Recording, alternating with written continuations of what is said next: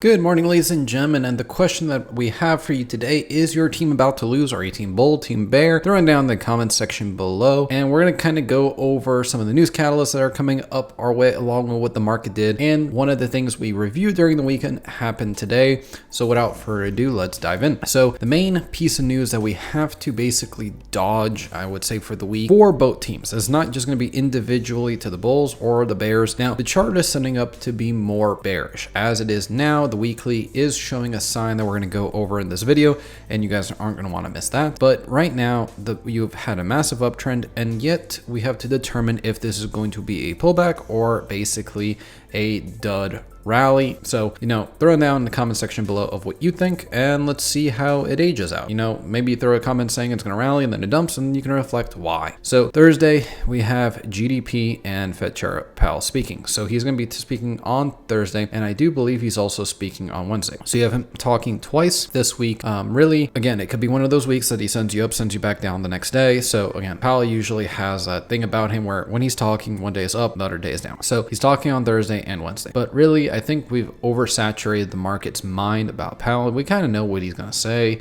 I wouldn't say he's going to say something new. I think it will just kind of be a reiteration and see if the market actually reacts or has actually priced in what he said for, which is basically note cuts in 2023 and possibly 2024. And I'm going to even jump to saying maybe late into 2025. We have to see, because if we get numbers like we're about to go over, then boy, oh boy, could we be in for some more carnage. So GDP is expected at 1.4. We went over on the weekend about this, but basically high level overview is if this number comes in sub 1, I do believe it to be bearish, because the next print you're going to be flirting with that negative number.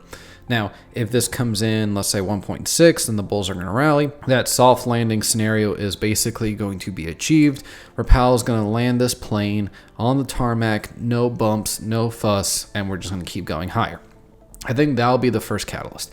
And this could be a possible fake out just because of what comes Friday. And boy, oh boy, are these expectations basically bloody.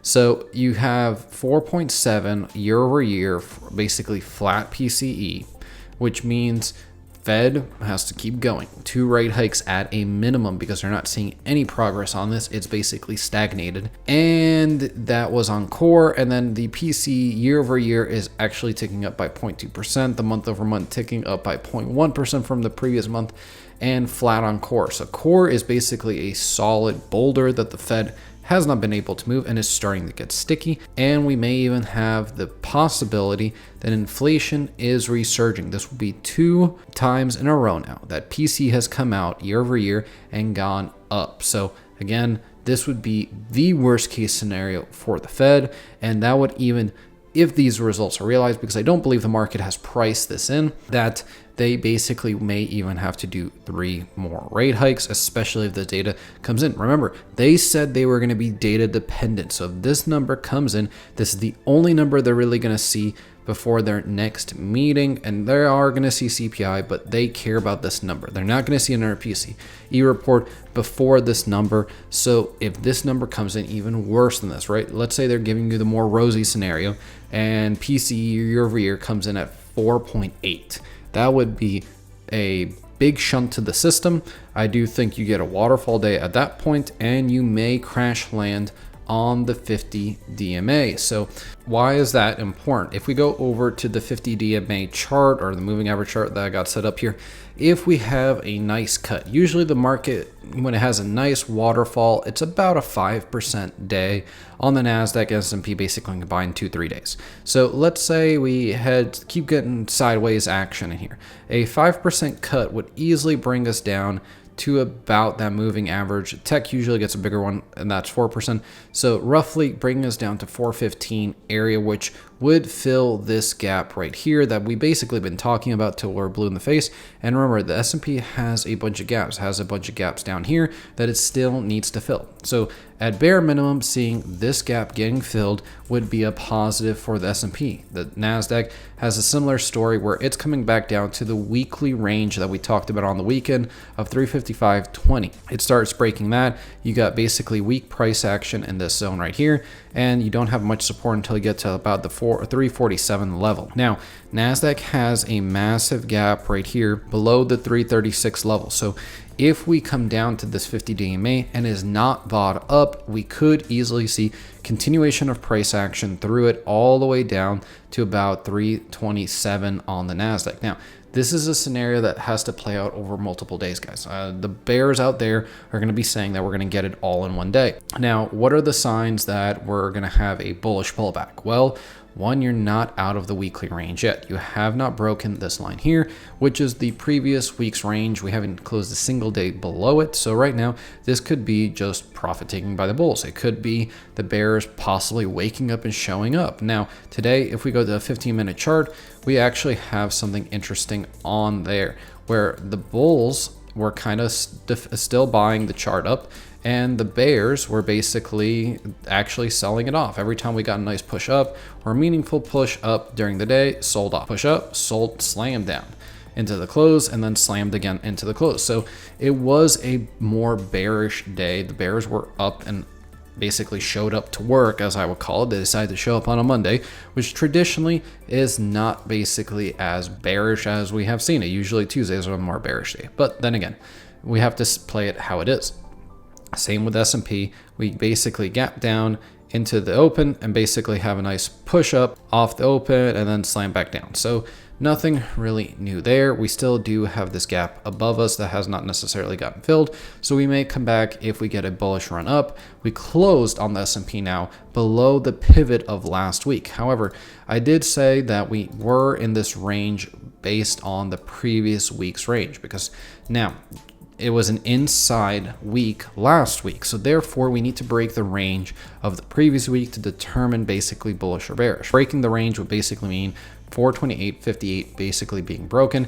And to me, if you basically print a 428.57, it's self going to manifest and probably head lower. And I do expect the bulls to defend that level prior to the break if they basically had an opportunity to buy this price before. So they've had, at the level they were trading today, they had multiple opportunities to buy this price. Not once, twice, but 3 times today they had the ability to buy the price that we were at today during the day. Now, are they basically going to buy up this range right here of support that we have between the 428 level and the 424 level? Now, there could be some FOMO and basically the bulls wanting to basically buy in again at this price. It could definitely be a bouncing point. It is a strong pivot point for that 428 price area. So that's definitely something I'm going to be looking out for and seeing what it does. We did see a mellow volume today, even though it was a red day. It did not encompass the bullish Friday that we had previously. So I want to see that red volume come in. I keep talking about it, that we're not seeing the volume on the charts that we used to see if we go back in time. This is pretty a mellow volume. Usually these bigger red days out in the past have signified more bearish days than today. So again, we have to see what it's setting up. And for the bulls out there, if this is the pullback scenario, we are looking at a massive A to B pattern setting up. Let's say we even pull back to that 428 level, hypothetically here. That will bring the S&P up to 463, which would bring it to or at all-time highs. So that would be a massive win for the bulls. This would be a massive pattern.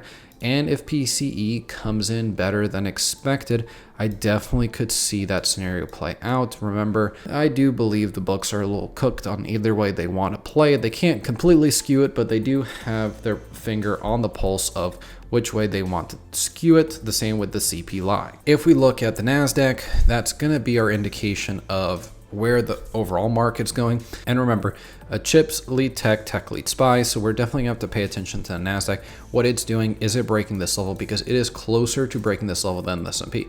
The NASDAQ has approximately about 0.6%, which is nothing for NASDAQ. And then the S&P 500 has roughly about 0.6 as well. So both of them are basically the same percentage from breaking their ranges. So we have to keep an eye on that. Now, I've been talking about the Russell till I'm basically blue in the face. The Russell had a selling day out there. It actually was up significantly, but basically sold off on the day. More wicking tails to the upside where the bears are defending. They've now shown up They've pushed us lower, and now they're showing up to defend, which is really nice to see out of the bears. They've basically been getting slaughtered on the way up, and now maybe they're actually going to make some room. Now, this is where the true test becomes. This is what I call a kangaroo. This is a crap ton of support where 180 to 177 is an area that basically needs to get bought up day in, day out with volume. The bulls have to defend it. You lose 177.73, game over, you got gap fill, and we just head lower. At that point, this would have been, in my opinion, a bear market rally. If you were able to defend this and then basically swing to the upside, at least retrace 50% of this downwards move, which at assumption from the peak to where I think we're going to bounce around the 180 mark, 50% retracement would be coming to the Russell or IWM back up to the 184 mark. If you basically get a bounce, hit up to 184, close above it, yeah, we get the bullish rotation, and then basically this could be playing out as a ginormous cup and handle. You have your cup, you have your handle, and then we head higher. But it could also be playing out as that head and shoulders that we talked about on the Russell. And usually wherever the Russell goes, the rest of the market kind of tends to follow. If we look at SOXX, which is the semiconductor sector ETF, we are basically have this big move up, higher lows still, but we have a lower high, technically a selling candle today. So are we going to get that rotation now up and then down towards the 50? Or are we going to basically get the rotation up and make a higher low on the way up? Again, I was looking at KRE, and this is a strong rejection off of the 50-day moving average. We broke back above it, couldn't hold, bears defended it, head lower. So regional banks definitely have the ability to send us lower. If we look at what happened last time, where we were rejecting off the 50, came back down. So I would like to see at least some consolidation down to the 38.50 point on KRE. The reason KRE was bullish today is because PacWest basically announced more sales coming from, or profit taking from its sales. So again, they're basically getting some bullish news. Bullish news is met with people trying to rush in to buy it, and then people that were basically at this price point previously rushing to get out because, you know, buy the dip gets dipper. So we have to see how it all plays out. And now the signal that I've been mentioning in the beginning of the video, if we go to the weekly view on the S&P 500, we have a smart money reversal signal here. We did have the incoming reversals here, and now we have a weekly sell signal here. So is the sell signal going to manifest throughout the rest of the week?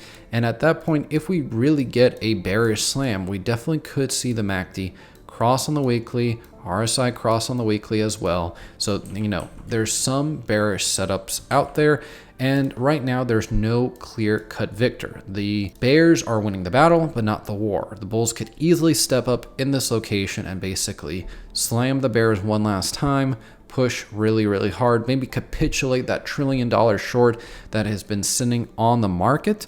And, you know, they're taking a $100 billion paper loss right now. It's an unrealized loss. So are we going to go higher or are we going to go lower? It really depends on which team wants it more this week. And again, I don't think that we get the answer until maybe Thursday. We could get some short-term bounces, but I think Thursday or Friday is going to be the deciding factor. And remember, this is going to be the quarterly, the monthly, the weekly close on Friday. So that's going to be a pretty important candle on the price action. Again, if we go to the monthly, the level that we need to be above for the S&P on the month is 421.02. So basically 421.